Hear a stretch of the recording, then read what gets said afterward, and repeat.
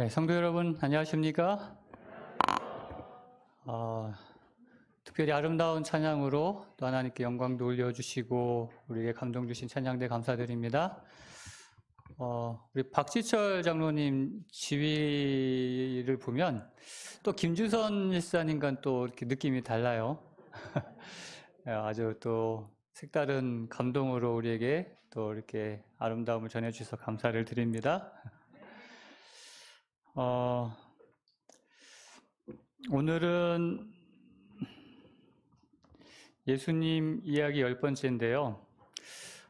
먼저 지난주에 우리나라에 큰 비 피해가 있었던 걸 여러분 아실 겁니다.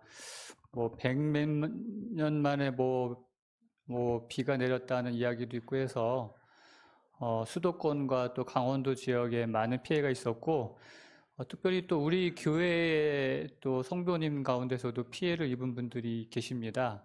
특별히 태장교회의 장로님 그 부부가 실종이 되셔가지고 아직도 찾지를 못하셨다고 합니다. 정말 안타까운 소식인데요. 우리 교회 이런 장로님 부부뿐만 아니라 또 정말 많은 우리 이웃들이 큰 어려움 속에서 고통 중에 있음을 우리가 기억합니다. 정말 우리가 이러한 때에 정말 더 많이 기도하면서 그 슬픔 당한 사람들을 위로할 수 있는 그러한 마음들이 되기를 간절히 소망합니다. 오늘은 시대소망 14장 우리가 메시아를 만났다라는 장에 있는 이야기입니다. 특별히 메시아를 만난 사람들의 특징에 대한 이야기를 해보려고 하는데요. 여러분들 어떻게 시대소망 14장 우리가 메시아를 만났다, 이 14장을 읽으면서 어떻게 은혜 좀 받으셨나요? 좀 어렵지 않았나요? 집사람이 14장을 읽고 난 다음에 하는 말이 이번 14장은 좀 이렇게 잘 와닿지가 않다라는 이야기를 하더라고요. 머리에 잘 안 들어온다고. 혹시 여러분도 그러셨나요?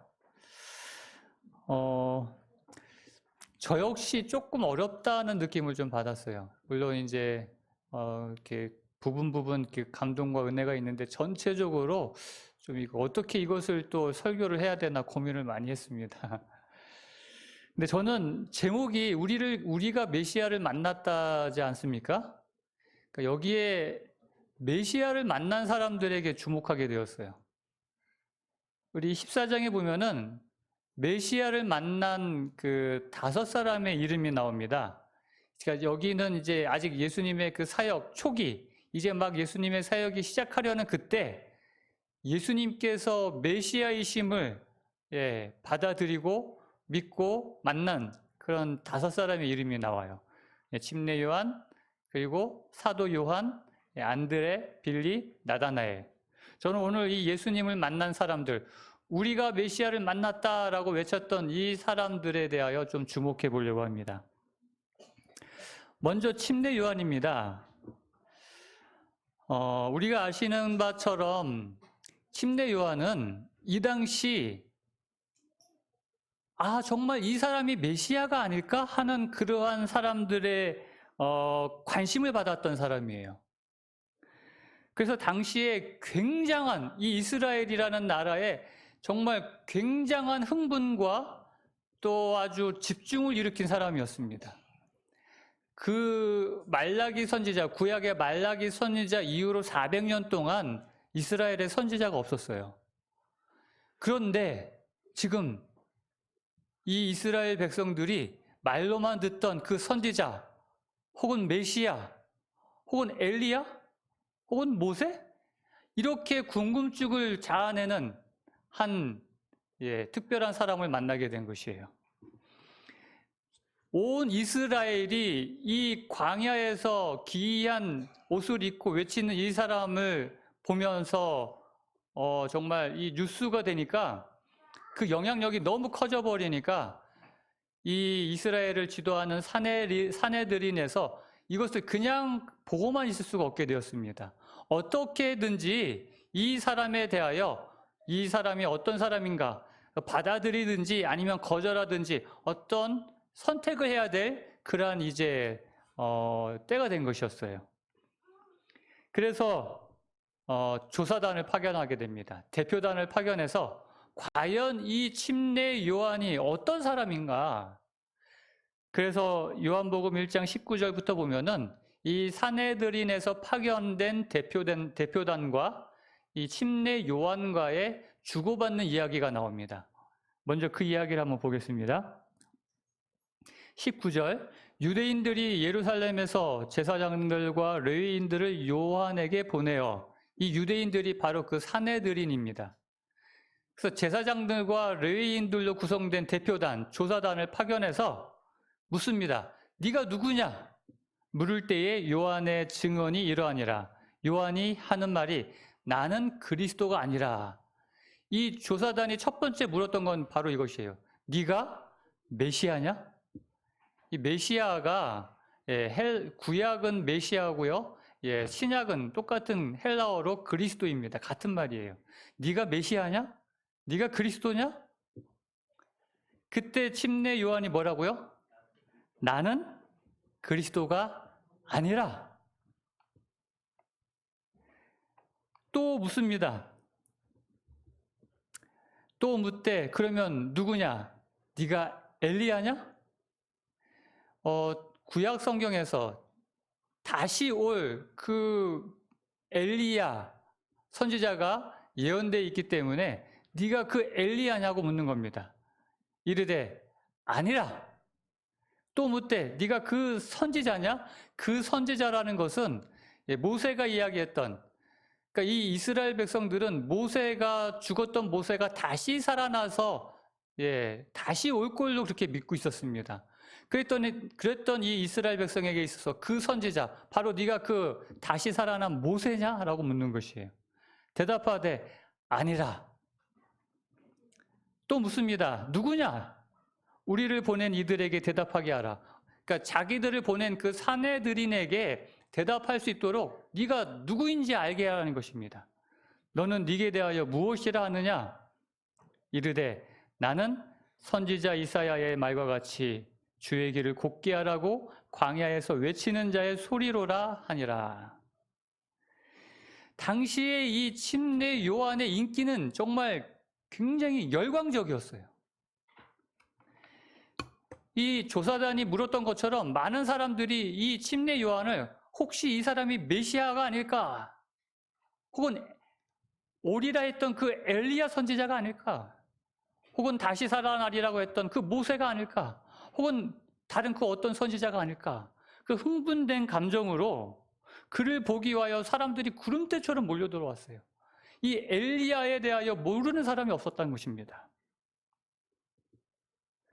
그런데 이 침례 요한은 이렇게 그에게 찾아온 그 조사단 대표단에게 네가 누구냐 도대체? 라고 묻는 이 질문에 침례 요한은 자기는 뭐라고요? 나는 광야에서 외치는 자의 소리다라고 얘기합니다. 나는 메시아도 아니고 엘리야도 아니고 그 선지자도 아니고 나는 소리다라고 얘기하는 것이에요. 여러분, 소리가 뭡니까? 지금은 이 녹음이라는 수단이 있어가지고 이 소리도 보존이 됩니다. 그러나 소리라는 것은 어떤 거예요? 한번 발하여지면 없어지는 거예요. 존재 자체가 없어지는 게 소리입니다. 사람들은 그래서 이 소리 자체를, 특별히 좋은 소리를 좀 오래 듣고 싶어가지고, 옛날에는 그렇게 못했지만 요즘은 지금은 인터넷 어디서든지 내가 듣고 싶어하는 좋은 음악, 영상, 특히 소리 언제든지 들을 수 있어요. 근데 옛날 제가 어렸을 때만 해도 소리를 다시 들을 수 있는 방법은 녹음된 카세트 테이프를 구입하거나 아니면 내가 직접 녹음하는 거였어요. 특히 저랑 비슷한 세대를 사시는 분들은 혹시 그 이문세의 별이 빛나는 밤에라는 다 아마 아실 겁니다. 제 또래 되시는 분들은. 굉장히 그 당시 아주 모든 학생들의 마음에 밤만 되면은 이 녹음기 앞으로 달려가게 했던. 근데 아쉽게도 제가 살았던 대전에서는 주말만 했고요. 주중에는 이종환의 밤의 디스코쇼라고 해서 혹시 기억하시는 분이 또 계실지 모르겠어요. 제가 기억나는 거는 카세트 테이프 그때 마이마이를 구입을 해가지고 어머니가 사주셨어요. 정말 그 당시에 그게 아주 유행이었거든요. 그래서 이렇게 라디오를 듣다가 내가 좋아하는 노래가 나오면 이렇게 딱 눌러가지고 녹음하는 거. 그래서 내가 직접 녹음해가지고 그 테이프를 계속해서 들었던 기억이 납니다. 소리라는 건 그렇게 녹음되어지면은 뭐 지금처럼 그렇게 되어지면 다시 들을 수 있지만 이 당시 침례 요한처럼 나는 소리다. 이 말은 나는 아무것도 안 했다는 거예요. 한번 발하여지는 그냥 한 번의 목적에 의해서 외쳐지면 그걸로 끝이라는 것이에요. 그런데 그 목적이 어떤 것을 위한 소리라고요? 이사야의 말과 같이 주의 길을 곧게 하라고 메시아가 오시는 것을 준비하기 위하여 광야에서 외쳐지는 소리라는 것이에요.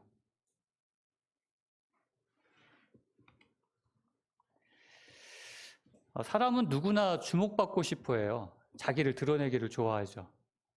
저도 그렇습니다. 제가 어렸을 때 참 부끄러운, 지금도 잊혀지지 않는 참 부끄러운 추억이 하나 있는데, 제가 왜 그랬는지 진짜 지금도 아주 얼굴이 화끈거리는 기억이 하나 있습니다.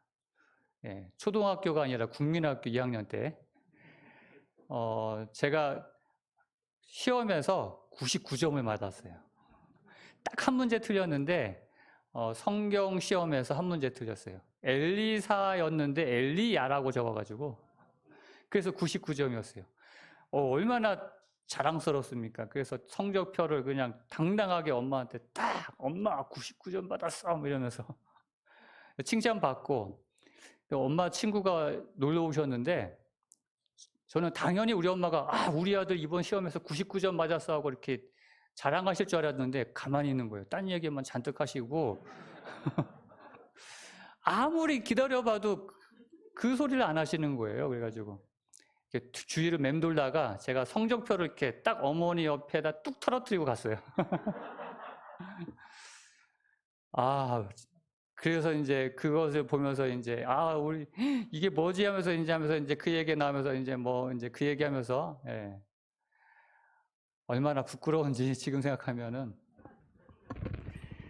사람은 자기를 드러내고 싶어하고 주목받고 싶어하고 이게 인간의 본성인 것 같아요.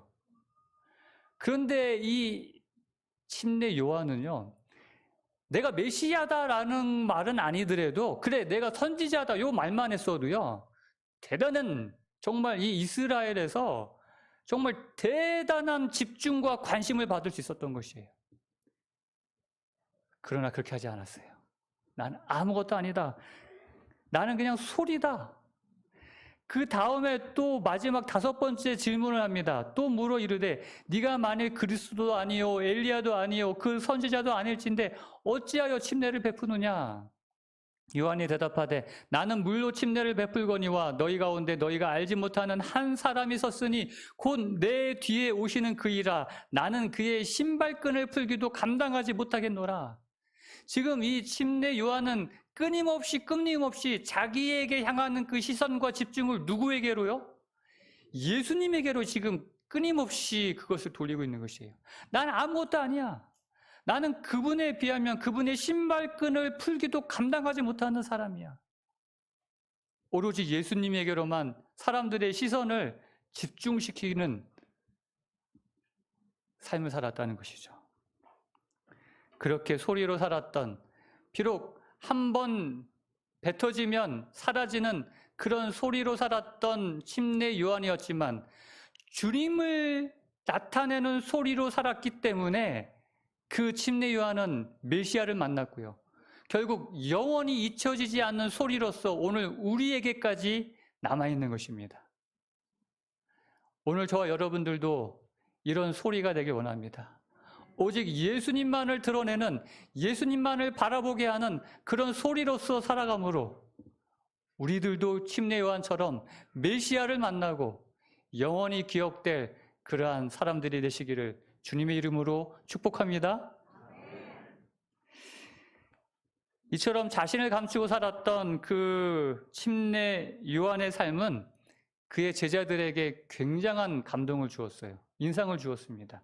특별히 그 침례 요한의 두 제자에게 큰 영향을 주었고요. 바로 그 제자가 요한과 안드레였습니다. 여러분, 이 요한과 안드레, 우리가 예수님의 제자로 알고 있는 요한과 안드레는 원래는 침례 요한의 제자였어요.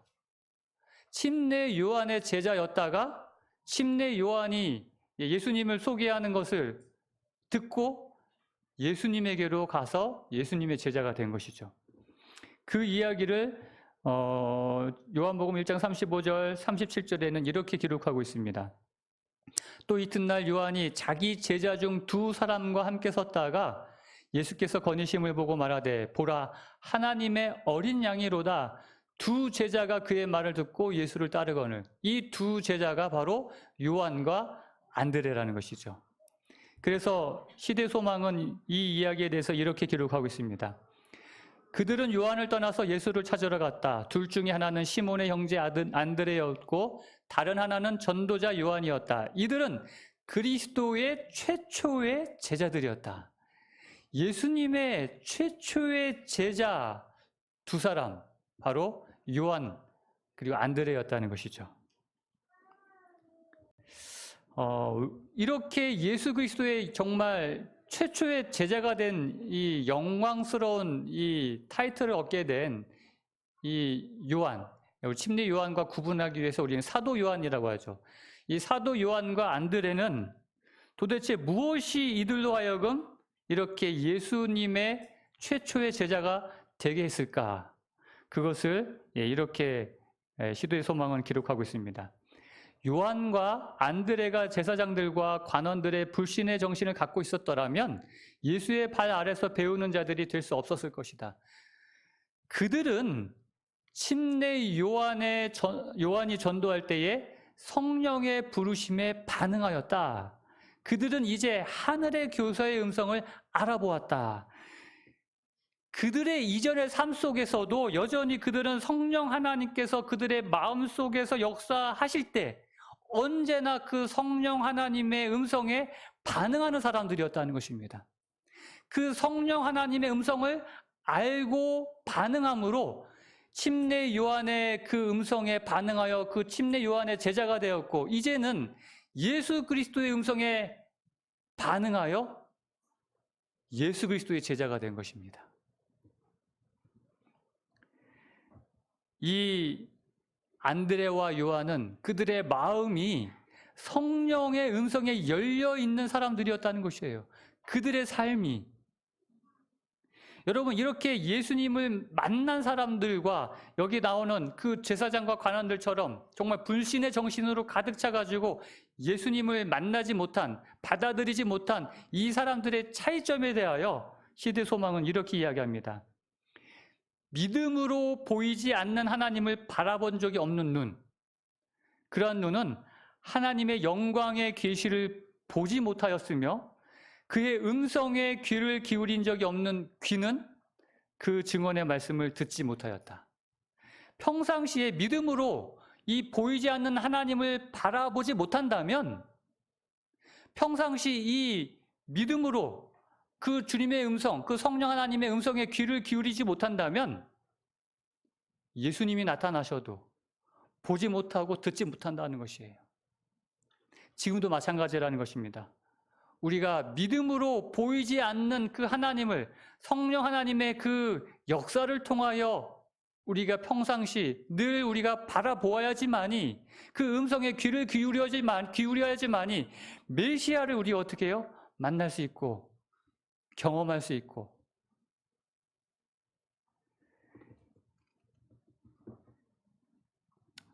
오늘 우리 모두가 성령 하나님의 역사에 마음을 열게 되므로 믿음으로 주님을 바라보고 그분의 음성을 듣게 되는 정말 주님의 자녀들이 되기를 간절히 소망합니다. 그런데 이들의 또 하나의 특징이 있었습니다. 이들은 부르심에 즉각적으로 반응했다는 것이에요. 그 성령의 부르심을 알았을 뿐만 아니라 그것을 즉각적으로 반응했다는 것이에요. 그래서 시대 소망에 보면은 시몬은, 베드로는 2번 말할 때까지 기다리지 않았다는 거예요. 한 번 말했을 때 그것을 즉각적으로 반응하여 나아갔다는 것입니다. 빌립은 이 예수님께서 처음으로 직접 부르신 제자가 빌립이었어요. 이 빌립은 그 명령, 예수님의 명령에 순종하였다. 그 또한 즉시로 그리스도의 일꾼이 되었다. 이 14장에서 나오는 우리가 메시아를 만났다라고 고백한 사람들의 특징은 성령 하나님의 그 부르심에, 그 음성에 즉시로 반응하는 사람들이었다는 것이에요.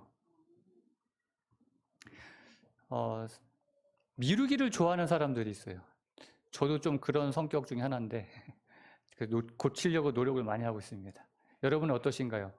물론 즉각적으로 아주 하려고 하는 사람들도 많지만은 우리 특별히 아이들 키우시는 우리 부모님들은 우리 아이들이 무언가를 시킬 때 그 말이 떨어지자마자 네 하고 바로 이렇게 하기를 원합니다. 그렇죠? 특히 뭐 학교에서 내준 숙제가 있으면 그거 집에 오자마자 먼저 숙제 먼저 하고 그 다음에 놀든지 하는 걸 하기를 원합니다. 제 밑에 동생이 참 놀기를, 물론 저도 그렇지만 놀기를 학교만 갔다 오면 아주 그냥 뭐 들어오지도 않고 그냥 책가방 던져놓고 이렇게 밖에서 노는 그런 동생이 있는데 엄마가 이제 늘 하는 이야기예요. 너 와서 숙제 먼저 안 하면 너 못 놀아. 그러니까 이제 어쩔 수 없이 와가지고 집에 학교에서 오자마자 이제 숙제를 뭐 억지로라도 이제 먼저 하는 거예요. 놀기 위해서. 그러니 엄마한테 검사 맞고 이제 놀러 가는데 막 어떻게 해서 막 대충이라도 막 하고 딱 검사를 맡았는데 통곡을 하는 거예요, 이 녀석이. 하면서. 숙제를 검사 맡았는데 왜 통곡을 했는가 하면은 빨리 숙제하고 놀아야 되는데 그냥 이렇게 막 하다 보니까 그 범위가 아닌 다른 거를 숙제를 한 거예요. 다시 해야 될 상황이 된 거예요. 그게 그냥 원통해가지고 통곡을 하고 우는 거예요. 엉엉 하면서. 예, 진짜 미루기를 좋아하는 저와 동생처럼 사람들은 뭐든지 이렇게 즉각적으로 하지 않고 뭔가를 자꾸 미루려고 하는 그런 마음들이 있어요. 그러나 이 세상에서는 어떤 건 뭐 그런 거는 미룬다고 해서 크게 뭐 문제될 것이 없지만 그러나 정말 미루어서는 안 되는 것이 있습니다. 그건 뭐냐면 성령 하나님의 역사, 성령 하나님의 음성에는 즉시로 반응해야 된다는 것이죠. 성경에 보면은 벨릭스라는 사람이 있어요. 로마 총독이었는데 사도 바울의 그 감동적인 말씀에 의하여 성령 하나님의 역사로 말미암아 그 마음에 큰 두려움이 있게 됩니다. 바울이 의와 절제와 장차 오는 심판을 강론하니 벨릭스가 두려워하여 그 마음속에 성령 하나님의 그 음성과 역사로 말미암아 그 마음에 큰 두려움이 있게 됩니다. 이렇게 살면 안 되는구나 깨달음이 있게 돼요. 그런데 그가 이렇게 이야기합니다. 지금은 가라. 내가 틈이 있으면 너를 부르리라. 그는 하나님의 음성에 성령님의 그 역사에 반응하기를 주저하고 그것을 뒤로 미루게 됩니다.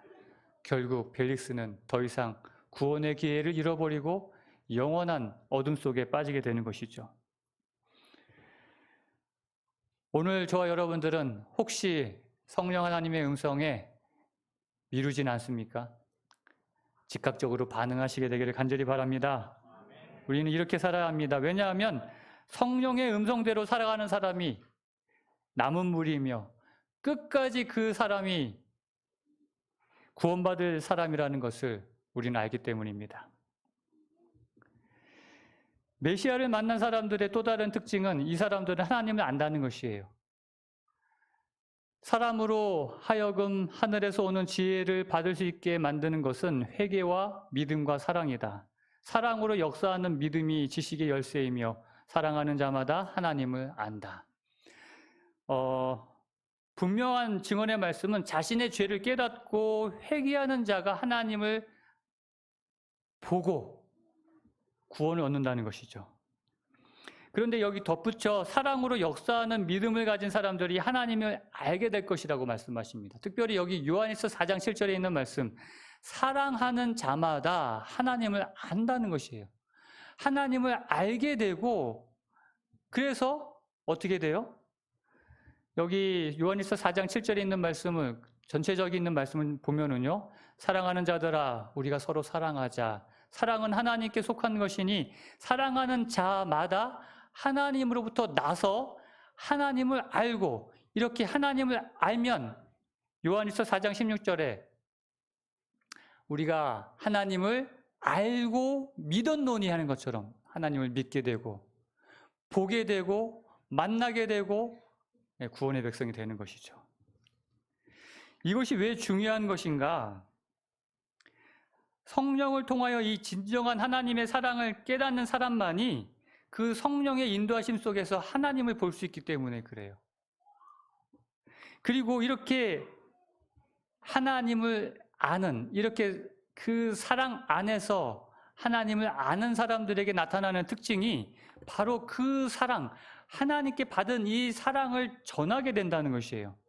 그래서 이 제자들의 모습을 보면은 특별히 이 안드레, 요한, 빌립, 여기 있는 사람들의 공통적으로 특징은 요한복음 1장 40절에 있는 말씀처럼 요한의 말을 듣고 예수를 따르는 두 사람 중에 하나는 시몬 베드로의 형제 안드레라. 그가 먼저 자기의 형제 시몬을 찾아 말하되 우리가 메시아를 만났다 하고, 우리가 메시아를 만났다. 여기에서 오늘 이 14장 제목이 나온 거예요. 우리가 메시아를 만났다. 42절 데리고 예수께 오니. 그리고 안드레는 그래서 여기에 대해서 시대소망이 이렇게 이야기합니다. 안드레는 그의 마음을 가득 채운 기쁨을 나누어 주려고 하였다. 그는 그의 형제 시몬을 찾으러 가서 우리가 메시아를 만났다고 소리쳤다. 그리고 빌립은 나다나엘을 찾아갑니다. 빌립이 나다나엘을 찾아가서 이렇게 얘기합니다. 와서 보라. 우리가 메시아를 만났다. 와서 보라.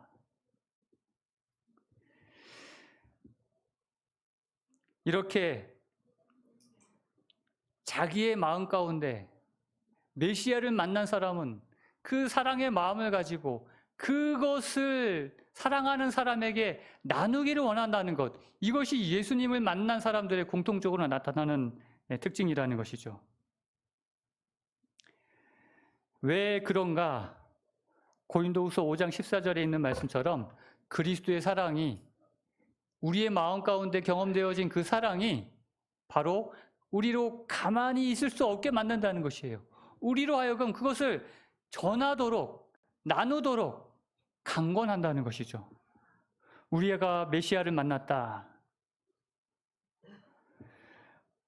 바로 이들은 하나님을 만난 자들로서, 하나님의 그 사랑을 경험한 자들로서 가만히 있을 수 없는 그 넘쳐나는 그 기쁨을 나눌 수밖에 없는 그것을 경험하게 되었다는 것이죠.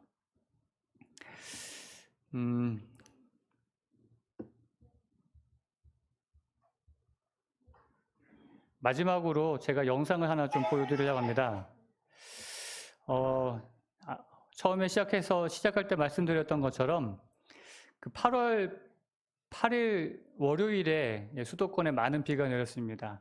정말 많은 안타까운 소식도 있었고, 그 반지하에 있었던 그 두 자매와 13살 된 그 딸이 안타깝게 목숨을 잃었던 그 이야기를 여러분들이 아실 것입니다. 그런데 그 신림동 그 세 사람이 목숨을 잃었던 곳에서 3분 정도 거리인 또 다른 반지하에서 한 20대 청년이 갇혀서 나오지 못하는 상황에서 그 이웃들이 그 청년을 구하기 위하여 애쓰는 장면입니다. 3분 동안의 기적이라고 불리는 이 신림동 반지하에서의 그 청년을 구하는 장면입니다. 한 3분 정도 이어지는데 한번 이 장면을 함께 보도록 하겠습니다. 안에서 열어야 돼요. 안에서 열어야 돼. 안에서 열어야 돼. 창문 열어봐, 창문.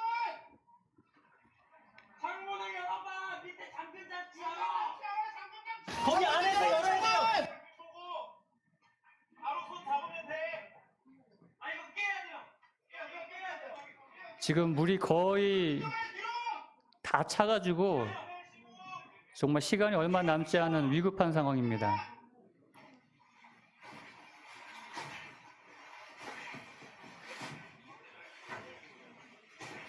아니 지금 여기 당근장치도 없고 수납 때문에 그런 거야.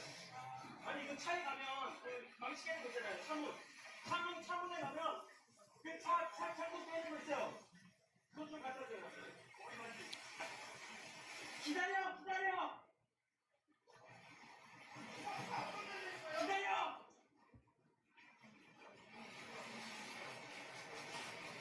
야 좀만 참아.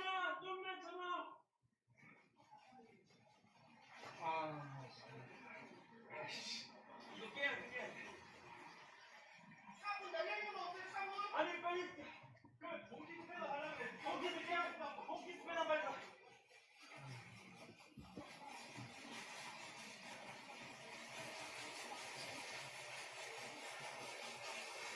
야 승훈아 좀만 버텨. 승훈아 조금만 더 버텨.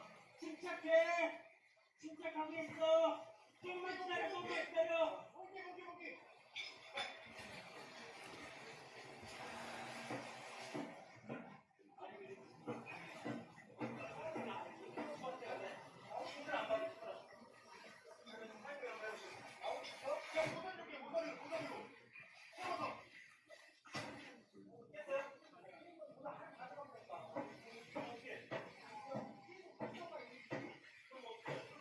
출입구 쪽으로 할게.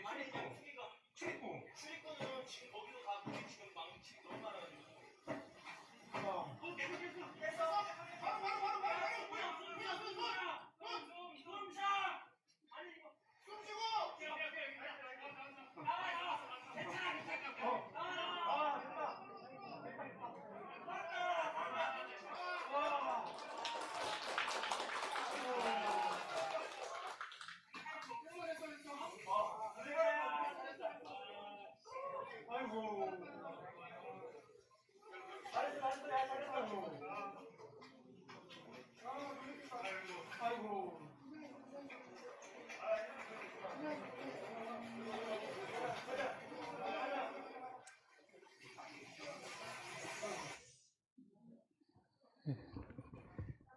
많은 사람들이 이 영상을 보면서 참 눈물을 흘렸다고 합니다.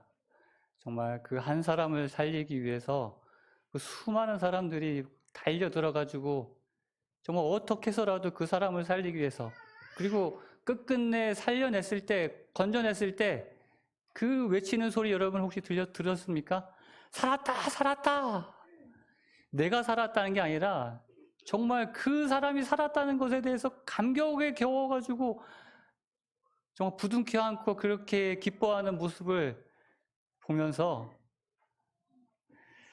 살았다. 정말 우리도 이렇게 기쁨의 감격을 외쳤으면 좋겠습니다.